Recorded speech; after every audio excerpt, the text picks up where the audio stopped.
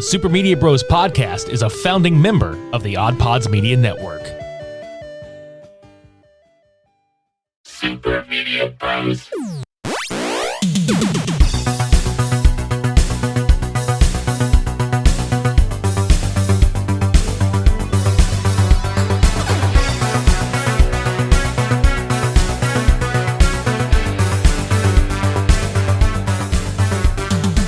Smodcast was one of the first things I ever listened to.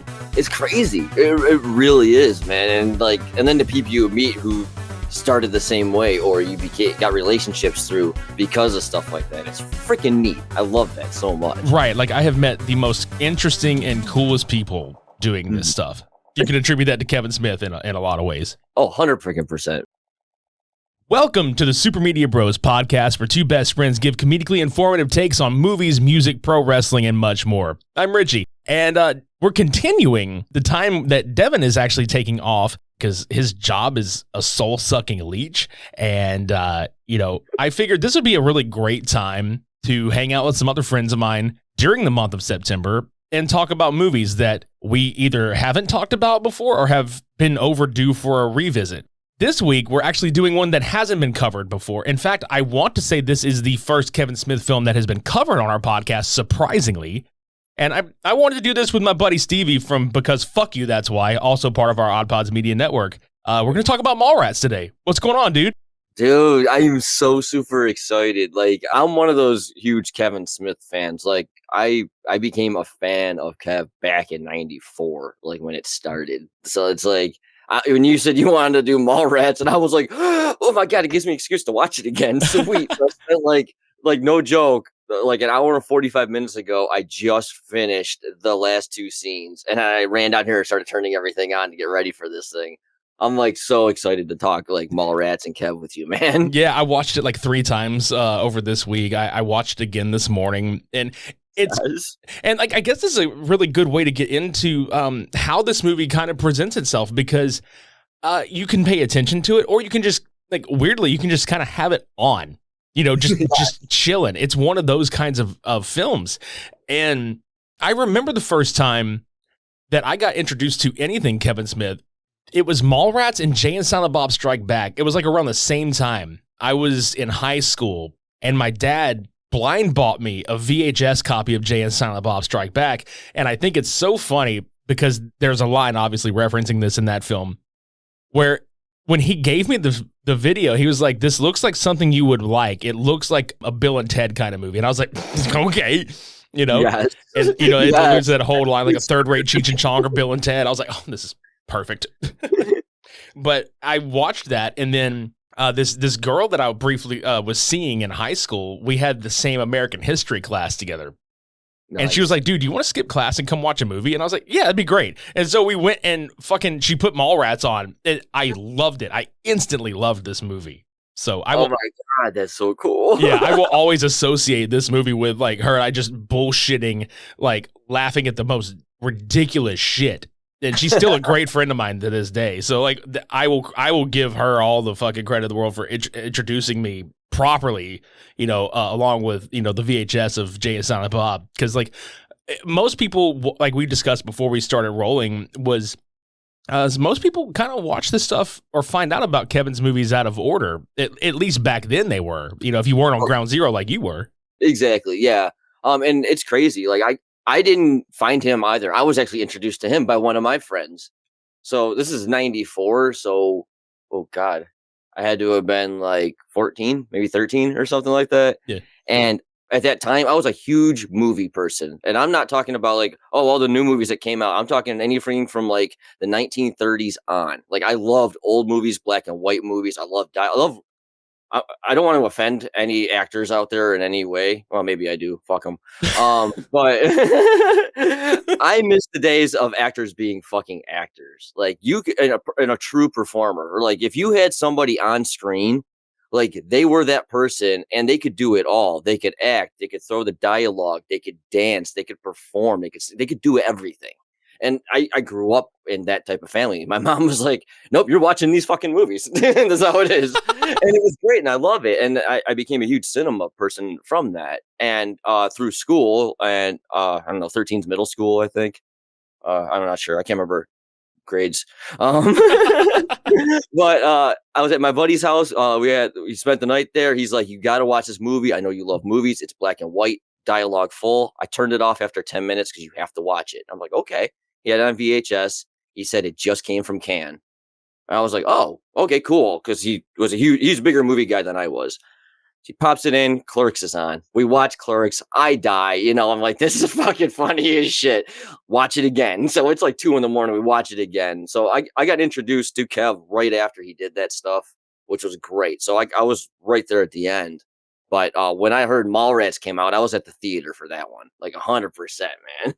I got introduced to movies, period, because my family owned a video store when I was a kid. I've told this story a few times on our show, but like I was just surrounded by nothing but film and video games. So I naturally gravitated towards loving cinema and wanting to talk about it. But as far as Clerks goes, oddly enough, I want to say like before his stuff post Jay and Silent Bob, Clerks was the last movie I saw of his when he only had those films out when in the View Askew universe. And it was like Jay and Silent Bob, then Mallrats, then Dogma, then Chasing Amy, and then Clerks. So I saw that shit completely out of fucking order. But then when I found out it was all connected, I was like, oh, this makes much more sense. Like I started noticing the references from each movie getting dropped. And I remember the first time seeing Jay and Silent Bob before Jay and Silent Bob Strike Back was in fucking Scream 3. Yes. Because I was like, that looks like that Connie Chung chick or whatever the fuck Jay says. I was like, who the fuck are these guys? And then whenever I saw that, I was like, oh my God, this is even funnier now. I worked at a movie theater when Scream 3 came out. I was the guy who put the letters up on the outside signs because nobody would do it because the wind would knock them off and they'd come out as like spinning blades at you. Yeah. But I'd be the one out there doing it. But I got free movies whenever the hell I wanted. Like I would stay overnight and sleep there and then wake up in the morning, unlock it, Yeah. And it was cool. And like we watched it, we're in the theater watching it one night, like 1, 2 in the morning. We have our popcorn and stuff, other things, and we're watching the movie. And all of a sudden they pop on, and I'm like, "Oh my God, it's freaking James! This is awesome!" Like, I mean, at that point, Scream was already like, "Okay, we're goofy now." Like 1 and 2, good, 3, but Jay and Silent Bob saved that movie for me. This is the only reason I really finished watching it because they were at the halfway part. And I'm like, this is awesome. Right. Like, and you'd have to think that, like, I don't know if they've actually come out and said it's canon, but I like to pretend that it's canon, that, like, that whole scene took place during the whole time they were in the Hollywood backlot and Strike Back. Like, they just got to get caught up and think, oh, fuck it, we'll just do this Hollywood tour while we're here. It fits perfectly into that, like, where they would be and then what happens there. And I think it is. You know what? It is. It's canon. We said so. It's true. It's on vinyl. Yep, exactly. So as far as Mallrats goes, like it's such a great, we talk about how Kevin Smith does like great dialogue in his movies and he's very thoughtful when it comes to what he is saying. Most of the dialogue winds up coming back around and wrapping the story in a really great way, or it has something significant to do with the third act more often than not, the stuff that he drops in the first, act or whatever. When I first watched this, I was like, okay, so it's going to be a typical, like, I got dumped by my girlfriend and I got to win her back. But there was a lot more to it than that. I thought it was very natural. This was literally how my friends and I spoke to each other. It was a while since I had seen a movie that felt that relatable in terms of dialogue. Because most everything you can, watch, you're like, this is typical movie dialogue. But this movie felt like me and my buddies hanging out at the fucking arcade or like, just going to read comics or listening to music together and just typical bullshit. And it's true, man. Like I said, I worked at the movie theater. Well, so did all my friends, and like all of us did, and we were the ones that were in charge. And that movie theater was attached to a mall, so at night, like the mall's closed, but the movie theater's still open because we gotta let people out. Like they gate off the thing, security's there. Once the people are gone, security didn't give a shit. Like we'd be playing hacky sack in the freaking hallway throughout the entire mall, just like running around and stuff. Like. And that was a cool thing. Like back then, man, malls had all that stuff. They had the arcades and they had the restaurants. They had all these shopping centers and like food and munchy things, coffee shops. Like that was us. Like we were the freaking mall rats, man. I mean, that's what we did. Like if we were still in school, the minute we got out of school, we'd get home, change, go right to the mall. Like most of us were like, all right, I'm out of school. I'm just at the mall because I'm out of work. Right. And I remember doing the same shit with my friends in high school, so that's what made this a very relatable movie in terms of just hanging out at the fucking mall for a day. And it's hilarious because the two main characters, T.S. Quint and Brody Bruce, which Brody Bruce, for those of you out there that don't know, that's kind of a reference to the Marvel comic universe, how everybody has the same initials for their first and last name. That was kind of a nice little Stan Lee touch right there, who also has a cameo in this movie like a few times, which we'll get to that later. But did you know, I don't know if you wanted, I'm going to jump ahead because we're not going to talk about it here. In the latest Kev Smith movie, Brody has a child, and the daughter's name is actually Banner. So it's Banner Bruce, and they, for the Bruce Banner Hulk reference and stuff later on. It's just a little like Easter egg thing. He only mentions it like, it's like real quick at like the last like 15 minutes of the movie or something. Yeah, it's great. I love that. I love that he's come back around and he's started to kind of tie his shit together like with his other films. Exactly. It's just cool. It's like, yeah, he does have his own universe, and he started it with something so simple, man. Like, let's make a fun film. Right. And I loved the casting, obviously. Yes. Jason Lee. This movie, for a lot of its quirks, I don't think would have worked as well. Like, it would have worked for sure, but I don't think it would have worked as well had Jason Lee not been in that role, to be very fair. And same with Jeremy London, honestly. Like, Jeremy London is so good as T.S. Quint because he's very earnest in his role. Jason Lee, with Brody Bruce's character, is exactly like that kind of snarky, he's fun-loving, but he's that snarky dick we all knew back then, that he wasn't an asshole, but if you were his friend, he was a dick to everybody else, and it was the funniest shit ever, especially like when he runs into people like fucking Ben Affleck's character, the manager of the Fashionable Mail. We all knew a fucking prick like that too.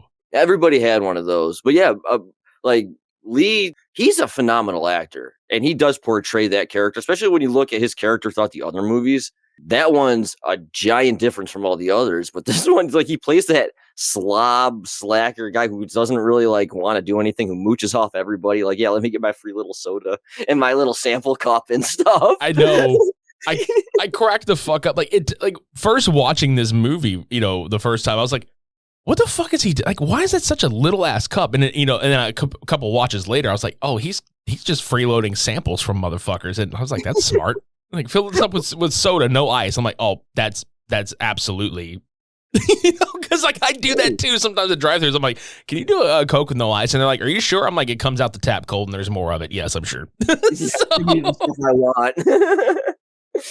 But I love that. I love that about his character. Like, he portrays it wonderfully. London, I think he does a great job, especially his frustrated anger in this, because he has a lot of that in this movie, and I think he does a good job of really portraying that. Yeah, because his character of T.S. Quint he's planning on going on a trip with his girlfriend, who he wants to propose to in Florida, and his plans are curtailed because she has agreed to appear on her dad's game show, Truth or Date. He's played by Michael Rooker, who, for those of you out there that are familiar with him, probably are more familiar with his role as Yondu in Guardians of the Galaxy or his role in The Walking Dead. However, like, I was familiar with him from Henry, Portrait of a Serial Killer, which I thought was a great contrast, being that guy coming to do this shit. I was like, okay, that's menacing as fuck. Scary. And I loved it so much. And the comedy of the scene where she's like, I can't go, and then like they eventually break up, which kind of kickstarts the plot of the film. The fact that he fucking made a weight comment to one of her acquaintances, and the girl wound up having a fucking heart attack doing laps in the pool on her 700th lap. And I was like, Jesus Christ. Like, it's something that in any other movie you wouldn't laugh at, but the way it's written here is fucking hysterical because of the way she just calls about, and he's just like gobsmacked at the whole fucking thing. Like, what? His lines is like, she's fucking dead. Like, it was fucking awesome. Like, yeah, because she had an aneurysm or something. Because she did like 400 laps because she said that he said to her that she had a fat ass or something. Yeah, like dude. She had a weight problem in high school. Didn't you know that? It's like, oh my God, she got triggered and went back. That story is actually first told in Clerks too. like about the girl dying in a pool. Like it's in that movie from '94, which is another tie back from that. It's crazy, right? Like just the little nuances that you pick up on after seeing all this shit. But I remember that line. She's fucking dead. Like the way he delivered it was fucking hilarious. It's like so good. It's like it's simultaneous like guilt, shock, and what the fuck at the same time. Right? Yeah, and then that little bit of anger in there still because we can't go to Florida. I have plans you don't know about. Yeah, exactly. It's just like everything is like just falling all over this, and so he goes over to Brody's house, who is having his own breakup because, like we mentioned earlier, Brody's this slacker who still lives with his mom, plays fucking video games, and reads comics all the time. And Renee, who his girlfriend is played by Shannon Doherty, and the way she dumps him, like, is pretty fucking good, honestly. Like, awesome. She definitely has like being a younger person watching this, I was like, oh, what a bitch. But being older and having a lot more life experience, I'm like, fuck yeah, man. Like, she totally like had like so many points to make with him. She articulated it in a fucking letter, like a stationery. Right. Like, bitch had that well thought out, dude. Like, holy shit. And I say that affectionately because she's a bad bitch for that. Like, I swear, dude. Just giving him the fucking talk the whole time she's shoving the dresser to his basement window to sneak out because he lives in the basement and he hasn't even introduced her to his mom. She doesn't know that she's ever down there and all this other shit. And the way she just throws the letter, hits him with it, pretty much tells him like, I have nothing better to do than fuck you. And he just opens it. You're breaking up with me? Like, just like real, like not even sad, but just more or less like as if, you know what I mean? Like, why? Nothing happened. Like, we didn't do anything wrong. Like, it's you idiot. You have no motivation in life. This is all you want. You're like, we're just gonna live down here forever and just play Sega. No shit. But look at the score. It's like, as soon as he wakes up, she wakes him up because he's been sleeping in all day, and he's scrambling around trying to find the right controller for that game because you saw him grab another one at one point. Yeah. He's like, nope, it's not that one. Oh my god! Like, and it making me laugh because I immediately just pictured, because they didn't show it like all of it, but I just pictured like tangled wires from like 4 different consoles from the same TV just going to his bedside. Like, he's got his bed scooted up to the TV just enough to where there's no slack from the line of the controller. Because this is back in the day of every controller was wired to your console, so he's just. Yep. You only had like 5 feet to work with. Exactly, dude. So he's just, it'd be funny if he just picked up like a string of them and there's like different like ones and he's trying like, nope. All right, this is our second one. He just like unravels it and starts playing and shit. It's the 6 button, not the 3 button. Yeah. I think I actually had that hockey game too, now that I'm thinking about it. I had the one for Nintendo for sure. The only games I really had for Sega that I can recall, because the only reason I bought a Sega was for Mortal Kombat because I wanted blood instead of sweat, and real fatalities. I had Mortal Kombat, a Rocky boxing game, and like, I don't know, Sonic something. First one. That's it. I was gonna say, I think a lot of us had the first Sonic game just because I think it was packaged with the right. Yeah, like Mario came with the NESs back in the day. Do they do that now? I think they sell consoles with some of the things like pre-downloaded on there, or like it comes with the code to download it onto the console. Because I remember when I bought my Nintendo Switch, it came with Super Mario Odyssey. Oh, cool. Yeah, so like I felt very old school. I was like, oh my god, I'm going to pick up my new Nintendo console with a new Mario game attached to it, because when I got my Super Nintendo back in the day, it came with Super Mario World. So I was like, yes. And Nintendo's coming out with something new soon, which is going to be really cool. Yeah, I think like second or third quarter 24. So looking forward to that. And that's another console that fucking Brody can play on eventually. So right, yeah, he's gonna get up. He's got to get that NHL going. Yeah. So like these two breakups lead to a giant just tidal wave of fuckery throughout this movie, including Jay and Silent Bob themselves, including a guy that wants to find a sailboat in one of these old picture things where like you stare at it and you get the imagery. And I loved Ethan Suplee being this guy. It was fucking hilarious, and it's a running gag throughout the rest of the movie that everybody else can see this fucking sailboat except for him, and he's so pissed about it that he packed a fucking lunch and planned to sit there all day until he saw the damn thing. It's just so funny because those things were freaking huge in the 90s. I remember seeing those all. We don't have a ball anymore. We had them all. It was there. But they had those all the time. And like seeing that, and I'm just like, oh my God, I can relate to that because I had issues for a while trying to see him too. Just getting frustrated. This dude at that one point just yells at a child. That is the greatest fucking thing ever, because like at this point he's already been told by I think like 3 or 4 other people. They're like, oh, that's a sailboat, and he's like, you can see it. And, he's just like really pissed that he can't. And it's just this group of kids that are there to meet the Easter Bunny for pictures. And I love it so much. He's like, no, it's a schooner. You know what? I love it. Ha ha, you dumb bastard. That's a sailboat. A schooner is a sailboat. You know what? That's not an Easter Bunny. Over there, that's just a guy in a suit. He just full force yelling at this little fucking like 9-year-old. No, the kid's probably fucking scarred for life. He's never going to see the Easter Bunny the same again for a multitude of reasons.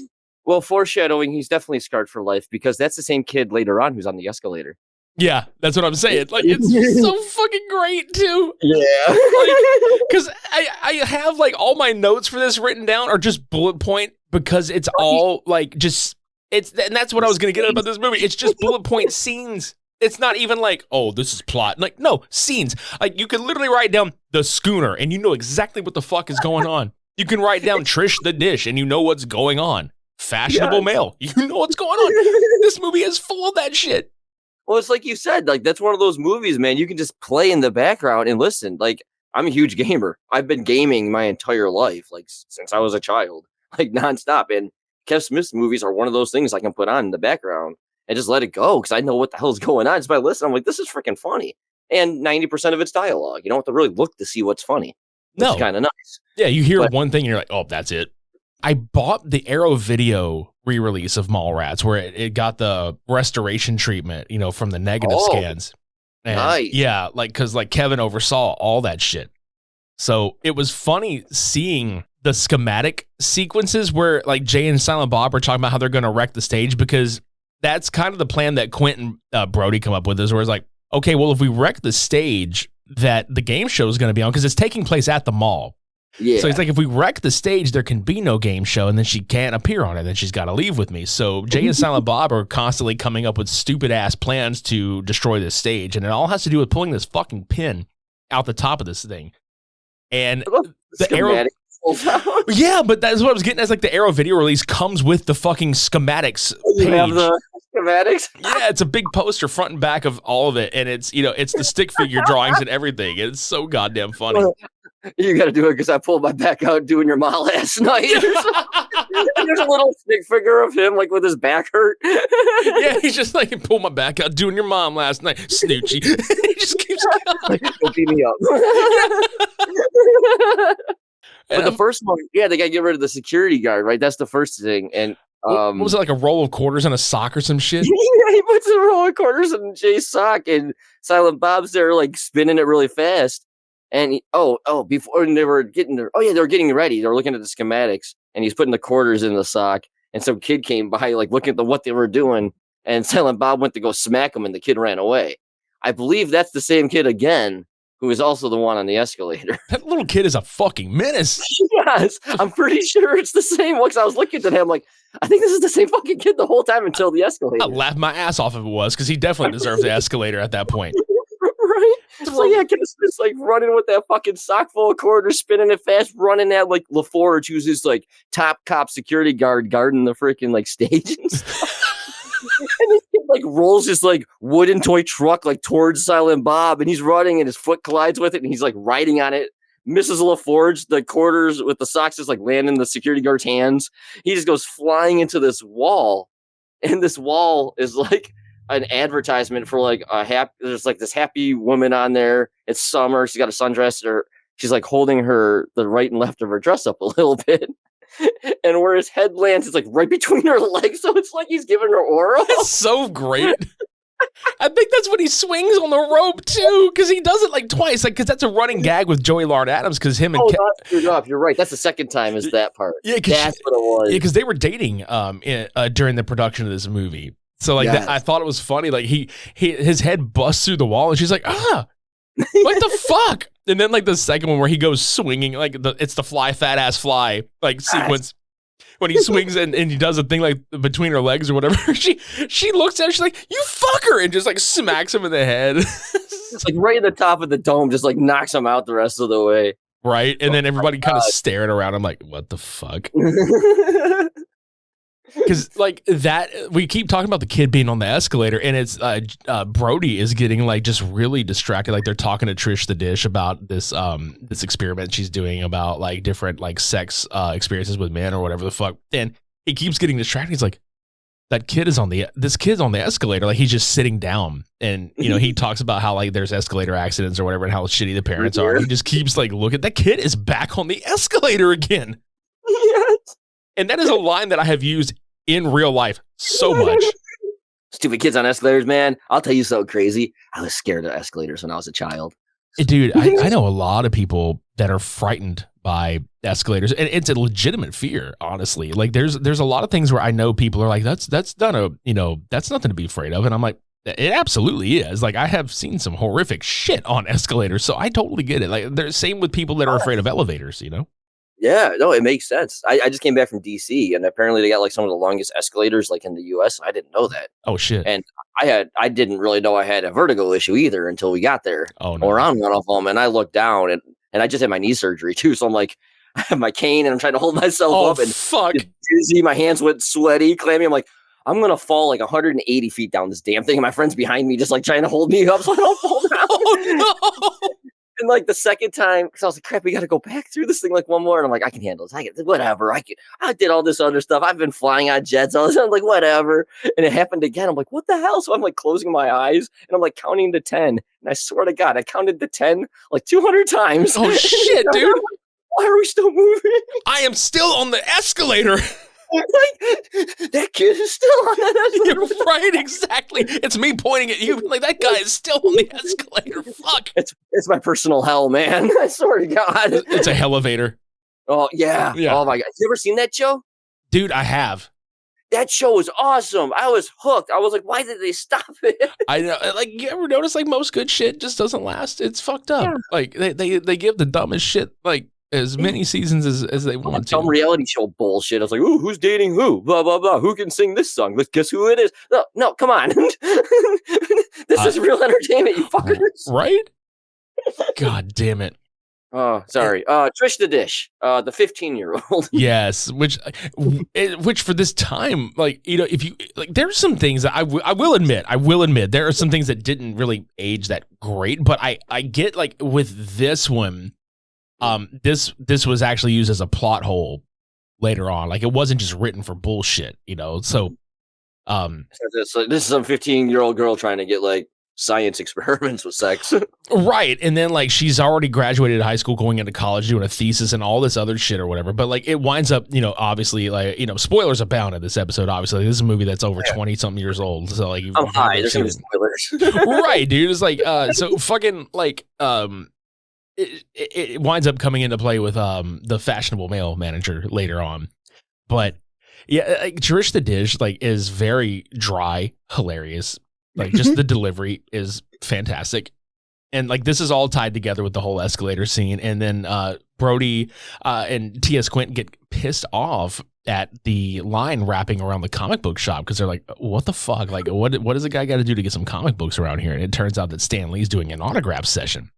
And yeah, Brian and Walter there, and they're the ones that introduce them to tell them Steve Dave guys. Yeah, and that's where, you know, anybody that doesn't know, like that they host the podcast, Tell Them Steve Dave, and that's where that came from, is this line, because they're getting in an argument with them, and he's just like, yeah, tell him Steve Dave, and I'm like, that's the funniest fucking name I have ever heard in my life. I was like, that dude's got 2 first names. What the fuck? Right? It's just, I did the same thing. I was like, wait a minute. I was like, that can't possibly be his middle name. It's 2 first names, and then he's got a middle and last name, probably. Like, the fuck?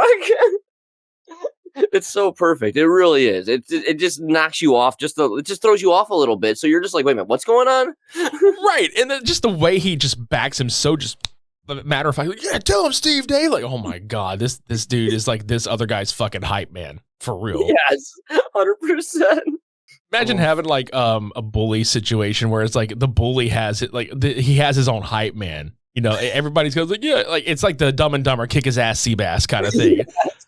Like This like tell him Steve Dave and kick his ass Seabass is like one and the same for me, you know? Yes. Oh, I get you, man. I get you. I just went right to Christmas Story, and I was thinking of Ficus and the Toady dude. Yeah. Because you were just like, I don't know why that jumped in my head. I mean, it all ties together somehow. It's funny as fuck. Hey man, it's me, Kevin Smith. Everybody knows at the root of any good relationship, any relationship worth anything, is the only thing that matters between two people. And I'm talking about television. That's right. That's why you should listen to Married with Television, man, which is a podcast by my friends Shannon and Jamie, I call her cat ears, about movies and TV that they have loved for decades, man. You listen at marriedwithtv.com or anywhere you get your podcast. They are proud members of the OddPods Media Network, man. Married with Television.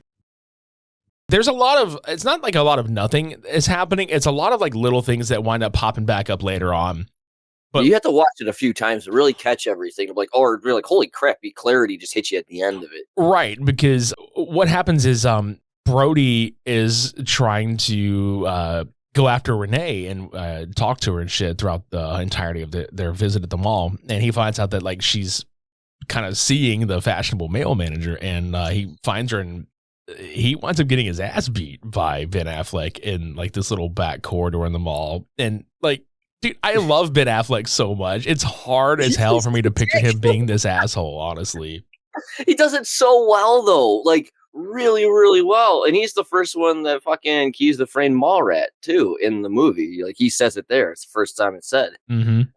Like, yeah, he's... And then he also says, like, he likes to find girls who are on the rebound who just broke up, so that way he can fuck them in an uncomfortable place. Oh, you mean like the back of a Volkswagen?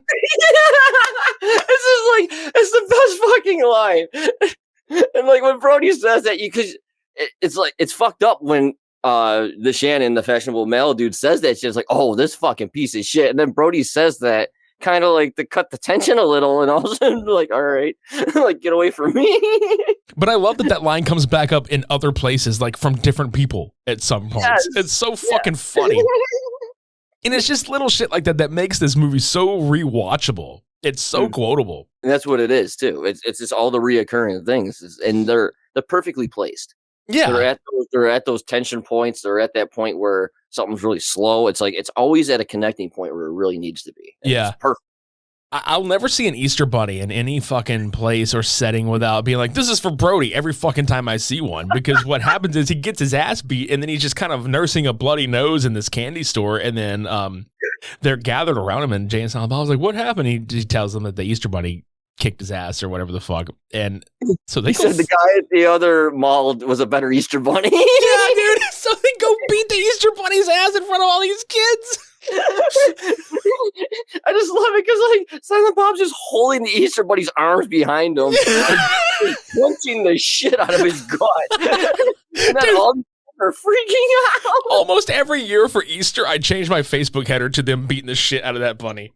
Yes, it's so good. And I just love it because the kids are all like crying at first, like, no. And then they get in and start attacking Jay and Silent Bob, and they're smacking them with stuff. You know, they had the biggest blast doing that. Like, I think it's funny anytime they do movies where children are involved that have to do some comedic shit like that, like they're kicking the adult's ass. Like, that has to be nothing but a good time. And just like, because you know those kids are going to put it, we can kick an adult's ass on camera? Oh, fuck yeah. You just got to worry about the ones who think they really did it for real. They get home like, all right, you think you're my daddy? Oh, no. Pick up whose clothes? All right. Like, one kid watches this movie, and like his friend's dad like grounds him for something. He shows up. He's like, this, and his friend's name is Brody. He's like, this is for Brody, and just dick punches the dad a shitload. This doesn't stop. Right? Jesus Christ. Oh my God. Yeah, I love that scene. I just love the scene where he's beating the shit out of the Easter bunny. And then it goes back to TS is back there, and then he's told that Shannon, a fashionable male dude, really kicked his ass or whatever. And that's where he's like, yeah, he said he wanted to do Renee in a uncomfortable place, and that's when he brought it up. The Volkswagen, yeah. He's like, the back of a Volkswagen?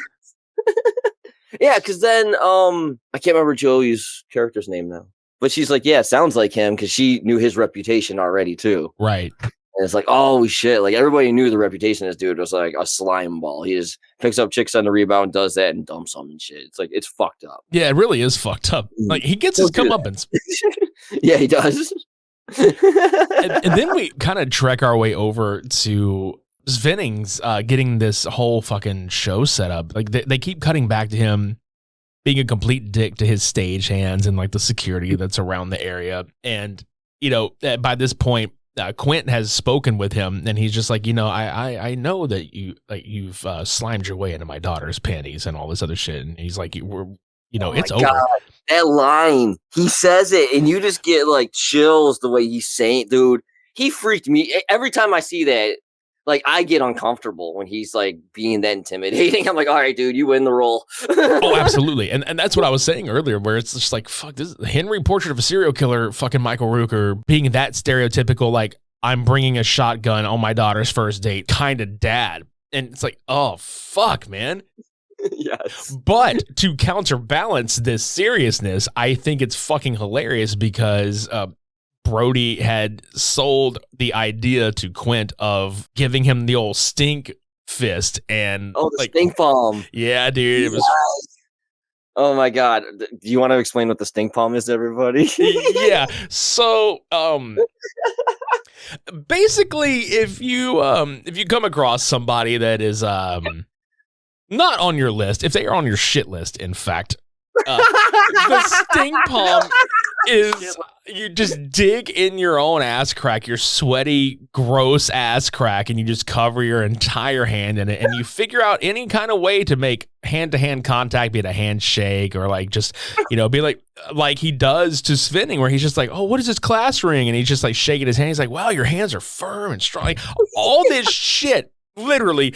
Meanwhile, he's eating chocolate-covered pretzels.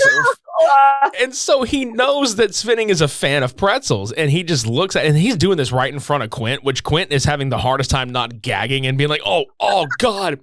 And he's just rubbing all over his hands. He's like, say, would you like a chocolate-covered pretzel? They're a little melty, but they're still exquisite. And I'm like, holy shit, he's not about to do this.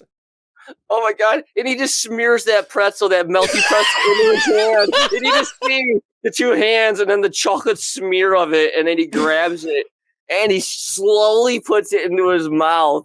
And he's licking his fingers in his hand. And he's just like, the fucking close-ups that they do on this too. Like they're just zoomed right in on his mouth. It's so gross. It was like perfect call doing the chocolate covered pretzel, guys. Perfect call. It was perfect. Yes. Oh, and then he ends up taking the whole bag of pretzels at that time from him, right? Yeah, because I thought that was kind of a funny little fucked up touch. Svenning tells him, he's like, yeah, I've had this entire thing set up just to have you guys removed from the mall because you're not about to ruin my big shot at a TV show. And as soon as the security guards come and put them in cuffs, he grabs the bag of pretzels like right from him. I'm like, oh, what a dick move. Like, you're going to have him thrown up, but you're going to take this man's fucking food. What a dick. Right? And then he just keeps eating with that hand. Dude.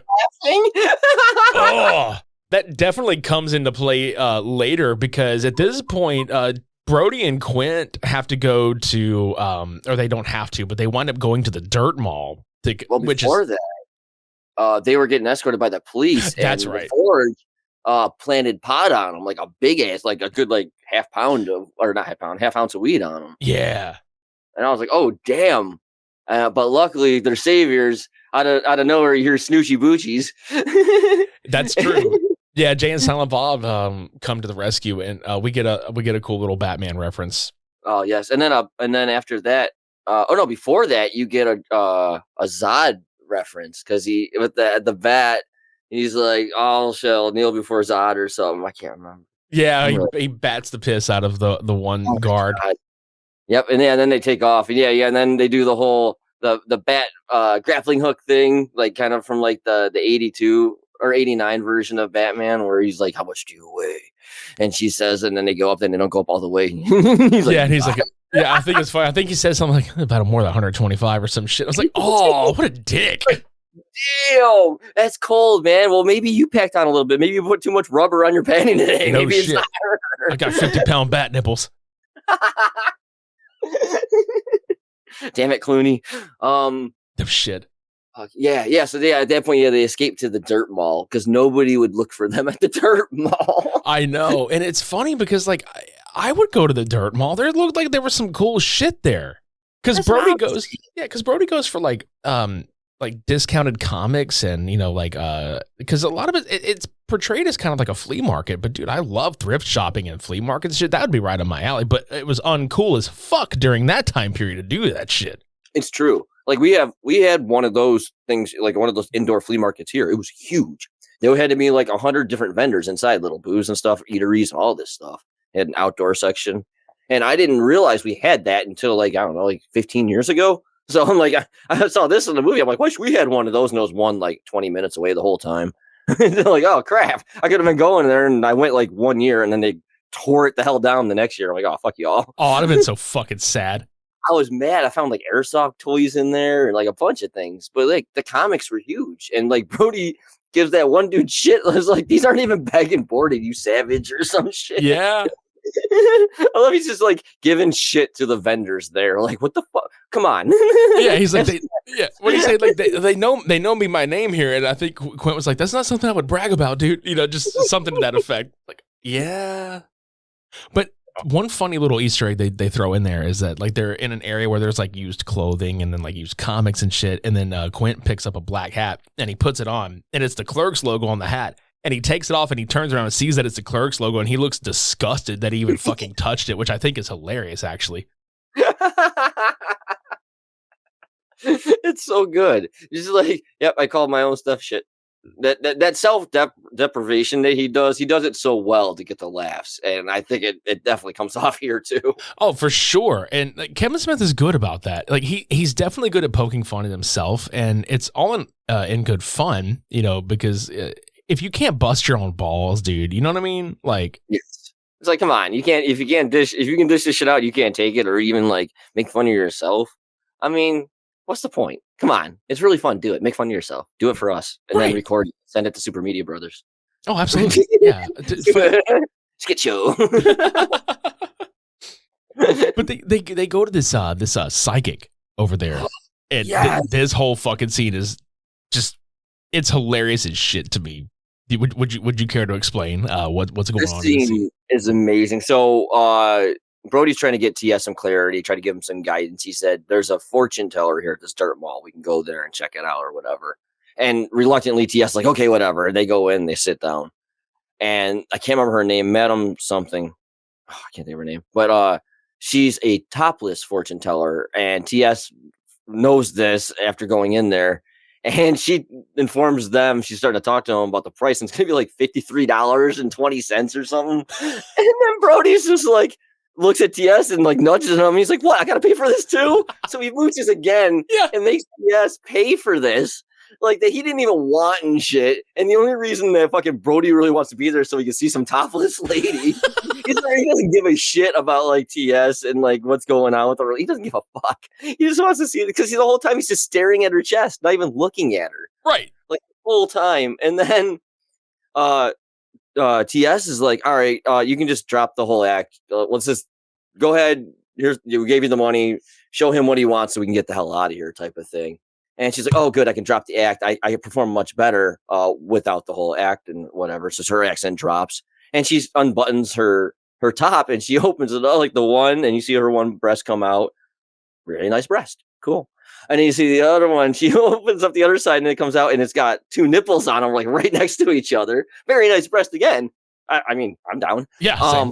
Yeah, holy crap. I mean, fuck. I think all of us have seen Total Recall. I mean, if it's not a nipple belonging to a third breast itself, they gotta put the third nipple somewhere. So yeah, it's all good. It's all good.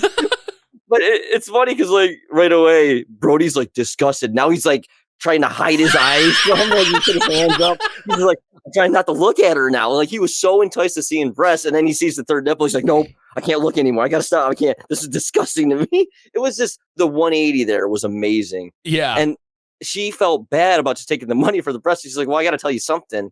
And she starts like explaining about the relationship issues they're having, like actually fortune teller stuff and some advice he could do. And TS is like enthralled with it. Like, oh my God, yes. Like, thank you. Like all the advice, she's gonna take the advice to heart. He gives her more money as a tip. says, thank you so much. Why are you in this dirt mall? Like, you should be making it big somewhere else, blah, blah, blah. And she's like, well, my powers really only work if I'm topless, and not everybody is for the third nipple. And TS is like, what, you have a third nipple? Like, he didn't even see it like the whole time. And Brody's like, come on, man. It's like right there. Right. But I love the gag reveal, like when they leave. Yes. Holy crap. So yeah, TS gives her the money. He's all happy. Brody's disgusted. They leave or whatever. And then Brody pops back in and he's like, do you have any? And she cuts him off, like, any extra body parts? And she's like, no. But would you like to check me? And he's about to say something, and TS grabs him and pulls him out of the curtain or whatever. And then she said, I can't remember what she says, but she pulls off the nipple. It's like, okay, you guys all hate gummy candies, right? Now, I'm not talking like my kind of gummy candies, like, good ones with candy and sugar. Gummy, regular, normal people gummies. like the friggin' Haribo gummy bears and shit like that. Yeah, the gummy bears, exactly. Her nipple was like one of those. It was shaped like a nipple. It looked like a nipple. A gummy. She peels it off, pops it in her mouth. Yeah, she's like, gets them every time. Yeah, and I was like, oh, what the fuck? It was just like one of those other like left turns. Like, nobody saw that coming. Like, nobody saw the fucking third nipple. And then throwing that extra, wait a minute, it was fake the whole time for this little gag. Awesome. Right. It's just another layer of the comedic genius of this movie to me. So yes. So the psychic third nipple lady works for Quint, and then when they go back to the mall, we get the Stan Lee speech and cameo that I think this movie is. Even if you're not a fan of Kevin Smith's films, I think the Stan Lee speech has made its rounds enough on the internet and over the course of pop culture history. Like, this scene where he basically runs, or I'm sorry, he doesn't run into, Brody runs into him outside of a lingerie store. And it leads into this entire, like, really heartfelt conversation where Stan Lee is telling him, like, yeah, I was in love once too, and like she got away, and I pretty much like dove into writing these characters as a way to deal with it. And Brody starts kind of piecing it together where it's like, oh, so you wrote these characters like as a way to deal with the one that got away, pretty much. And Stan Lee's like Dr. Doom, wearing a suit of armor to hide his disfigured body. He was like, that was me underneath the armor. Incredible Hulk. He's like a normal guy 1 minute, a range of emotion or like rage of emotions like the next minute. And it's this whole fucking spiel, and it's really like heartfelt and really good. It's a great speech. It really is. But then you find out, like, when Stan's kind of walking away later, that Quint had put him up to it. I was like, oh. He's like, I gave him that, the speech from Love Be a Vulture Tonight or some shit like that. Oh, you dick. Yeah. Like, that's awesome, dude. Go Stan.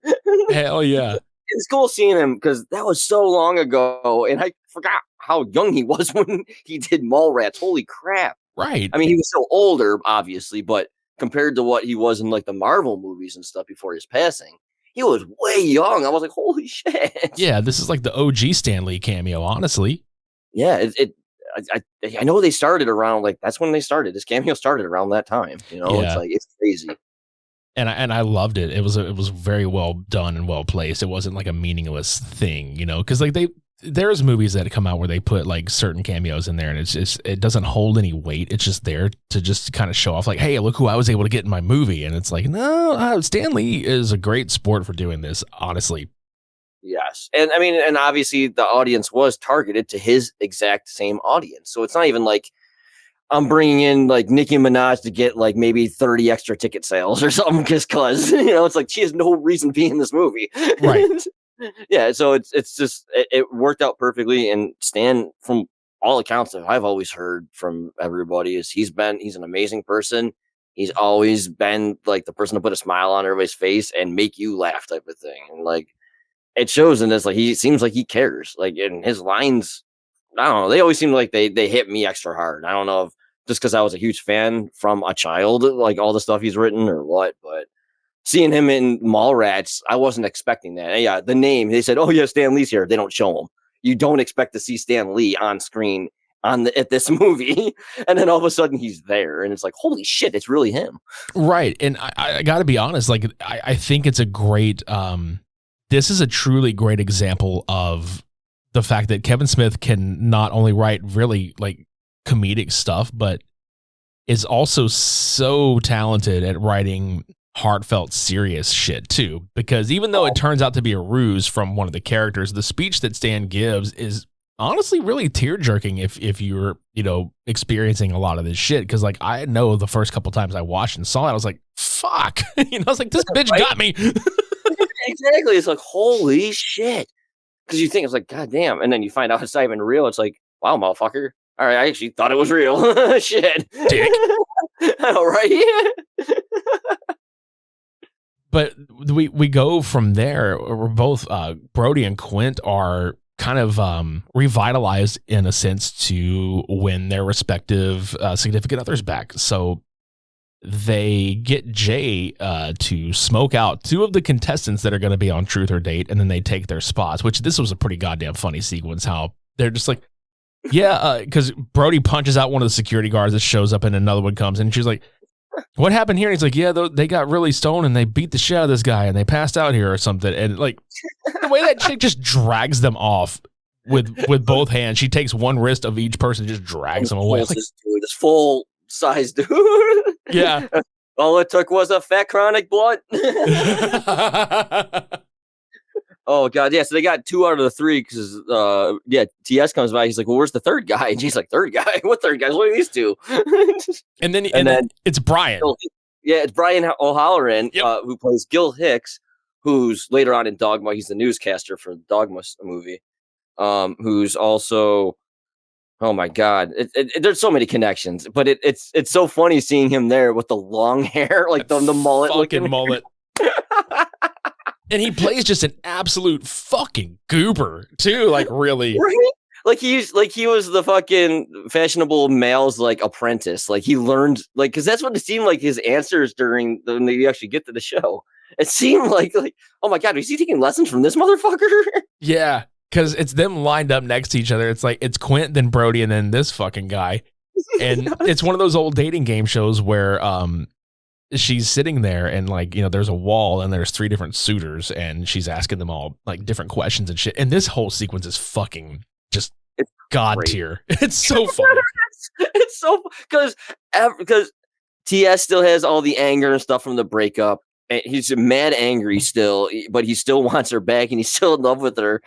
Brody just ended up having sex with his ex not too long ago. They're in the audience. Her and the fashionable male guy are sitting next to each other in the audience.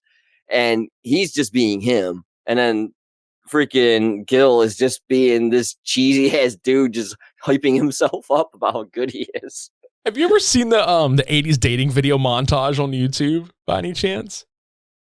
No, not the montage. I've probably seen the actual videos. Yeah, that's what I'm saying. Like it's like a sequence of all these. It's like they called it Datamax, like Betamax, like the format, yeah. But they called it Datamax, and it was all these guys that would like send videos in, and like these videos would get put out locally to different people, and it was all them giving like a dating profile on camera and shit. That's what this fucking reminded me of. If you haven't seen it, it's on YouTube. It's the funniest goddamn shit ever. Like, hold on, I'm writing it down. Hold on.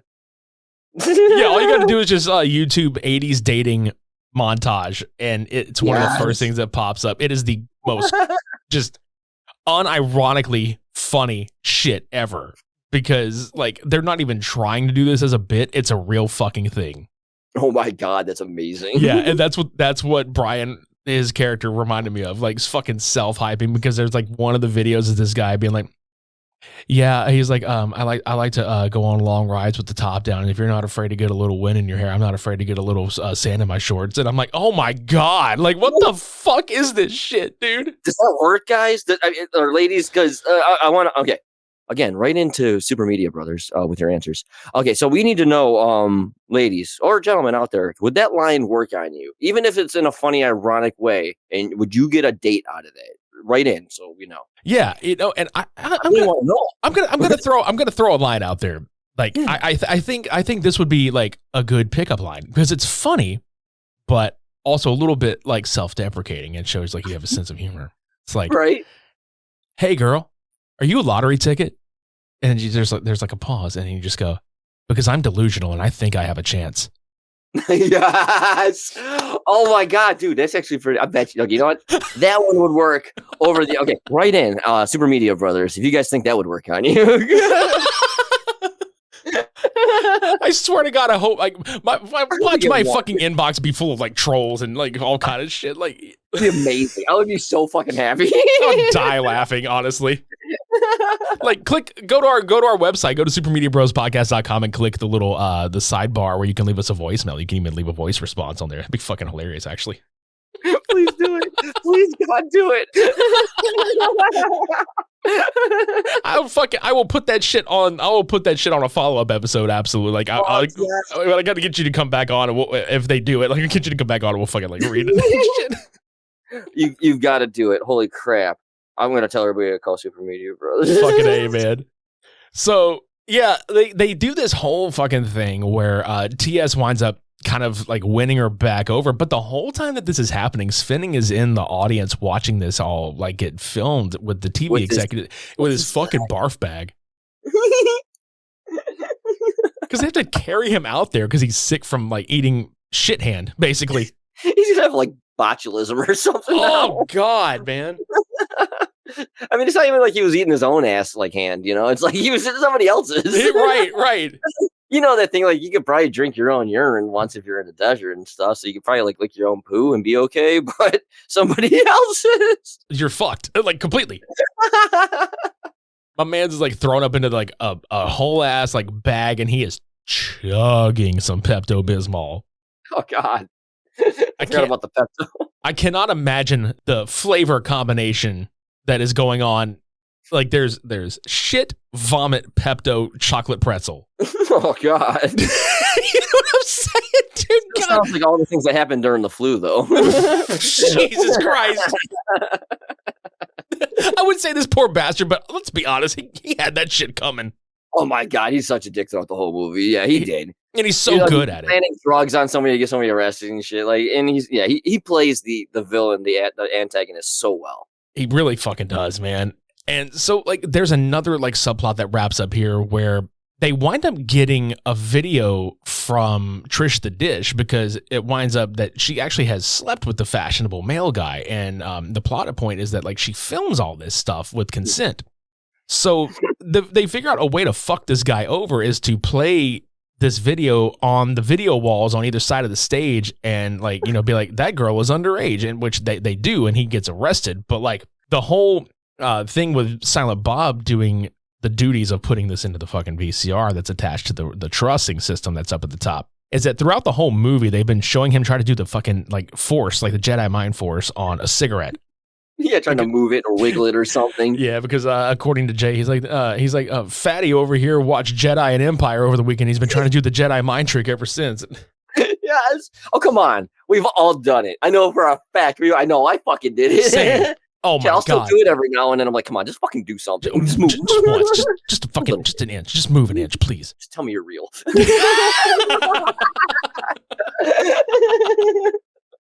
And I love it so hard because in Silent Bob's mind, it works because he's hanging upside down and he's trying to catch the videotape that Jay drops to him.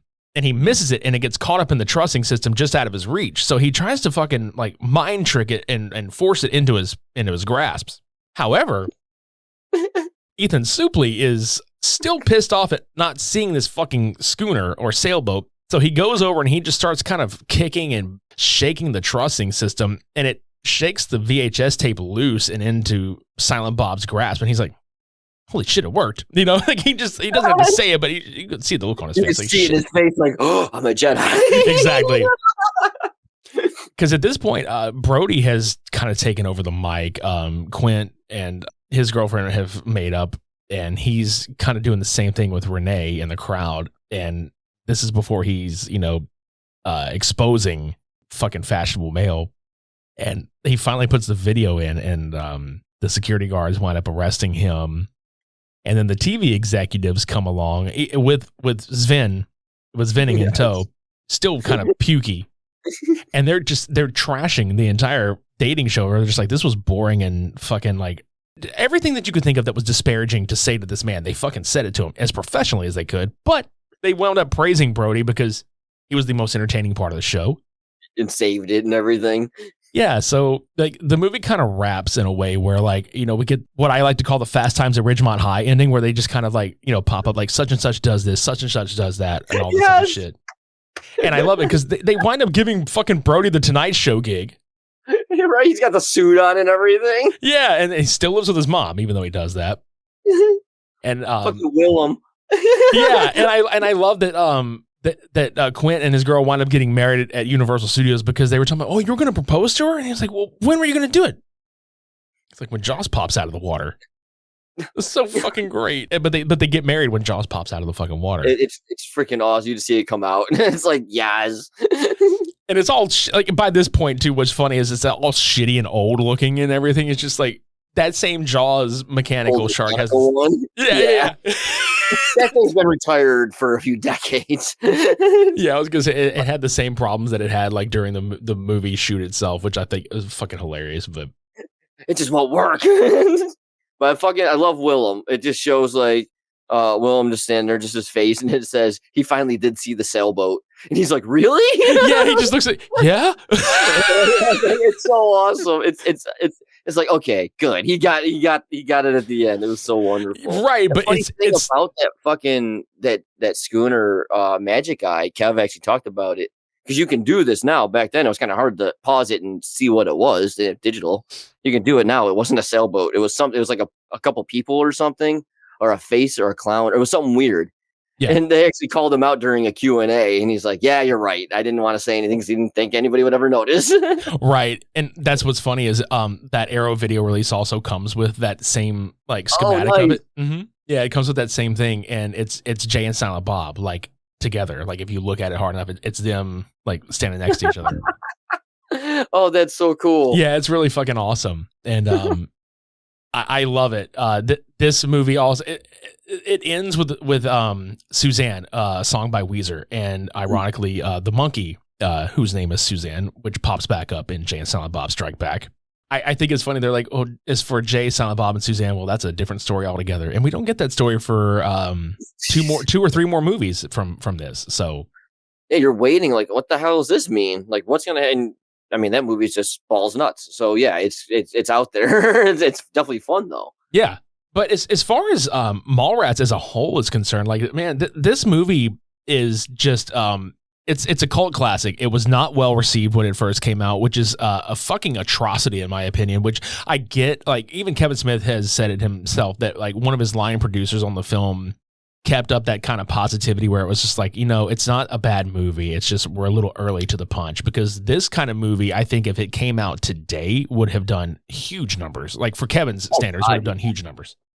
Right. Yeah. Yeah. He was definitely a forward thinker coming into this. I mean, I love that type of shit. So like, I mean, he has his niche audience. So like right away, he's going to grab a few.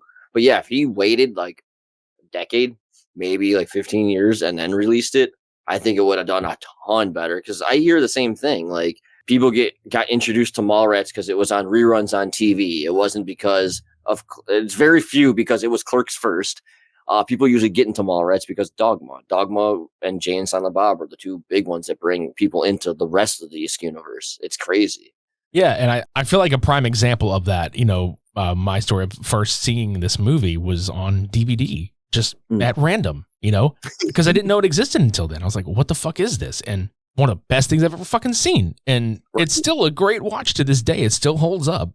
I was just going to say that. Like I said, we both just watched it recently and I'm like, I was entertained the whole, I mean, I know all the fucking, I'm a huge Kev Smith movie fan. So I know all the lines and shit. And I'm still entertained. Like I was sitting there just with both my cats, just watching this. I'm like, this movie's fucking really good still. They say there's a couple words they could take out nowadays because it's not acceptable anymore, but that's about it. Like the tone is good. I mean, there's good messages in there really like throughout the entire thing. And the story actually evolves where a lot of stories nowadays don't.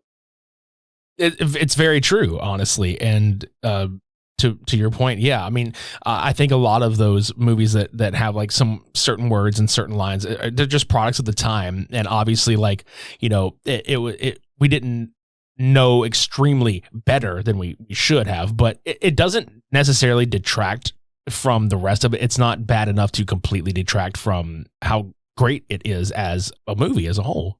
So exactly. Man, I would love to get you to come back on anytime we cover any of Kevin's other films. Honestly, I feel like that would kind of lend itself to this conversation and kind of, connect everywhere else. So. Holy crap, dude, I would be honored to. Like, seriously, you let me know. It gives me an excuse just to play the movies more. I mean, seriously, I not that I need an excuse to play more of his stuff, but I don't mind. Oh, for sure. Because I definitely want to cover a lot of his stuff, but I know for a fact that like Jay and Silent Bob Strike Back and Dogma are on my short list as far as like how, I would like to do that sometime next year at some point. So. Oh my gosh. Yes, sir. You send me the message. I will be here. Shit. Yeah, man. Well, for anybody out there that hasn't heard of Stevie's show, because fuck you, that's why, dude, give everybody the sales pitch on what you guys' show is and what you do on it. Of course. We are a British-inspired comedy panel improv game show. So pretty much we play games every week. We've been doing this since 2019. We haven't missed a week since. There's 3 of us. Our amazing host, he's a game show professional, creates his own games for us to play every week that you can play along with at home. And usually it's me and my buddy Augie here trying to entertain y'all during the games. You can find us at BFYTWpod.com. It's part of the OddPods Media Network. And if you so are inclined to help us monetarily, you can go to patreon.com/BFYTW for all the extra super fun content we throw out at you. Dude, I really appreciate you coming on and hanging out with me, man. This has been a fucking blast. Dude, this has been a riot, man. I seriously do appreciate you having me on. I mean, having me on at all, I was down for. Having me on for a Kev Smith movie, holy shit! I was telling people, no one's talking to me on Sunday until I'm done out here. I was like, nobody bother me. I'm not doing laundry. I'm not doing anything until this is done. This is the Kev Smith time. Doing some super media and some Kev Smith things. I'll be busy. We're definitely gonna do this again sometime, man. Oh, hell yeah, man, definitely. Visit supermediabrospodcast.com for past, present, and future episodes. Check out all the other shows, including BFYTW on the OddPods Media Network by visiting oddpodsmedia.com. Subscribe to us on YouTube. Follow us on all the social media handles listed in the show notes below. And if you feel so inclined also to leave us a rating and review on Apple Podcasts, Spotify, GoodPods, and Podchaser, that would be fantastic and greatly appreciated. Get on out of this motherfucker, because I know... now that you have the time that you could do the laundry and you can talk to people. I gotta go do chores. Thanks. Yeah, I gotta go do Sunday chores too. It's bullshit, man. God, I know it's not fair, but it's okay. All right, man. Thank you so much again. Much love. I really appreciate it. Hey, anytime. You're always welcome back on, dude. Thank you so much. This has been Cult Cinema Saturday, Mallrats. Until next time, I've been Richie. Shades on. We're off.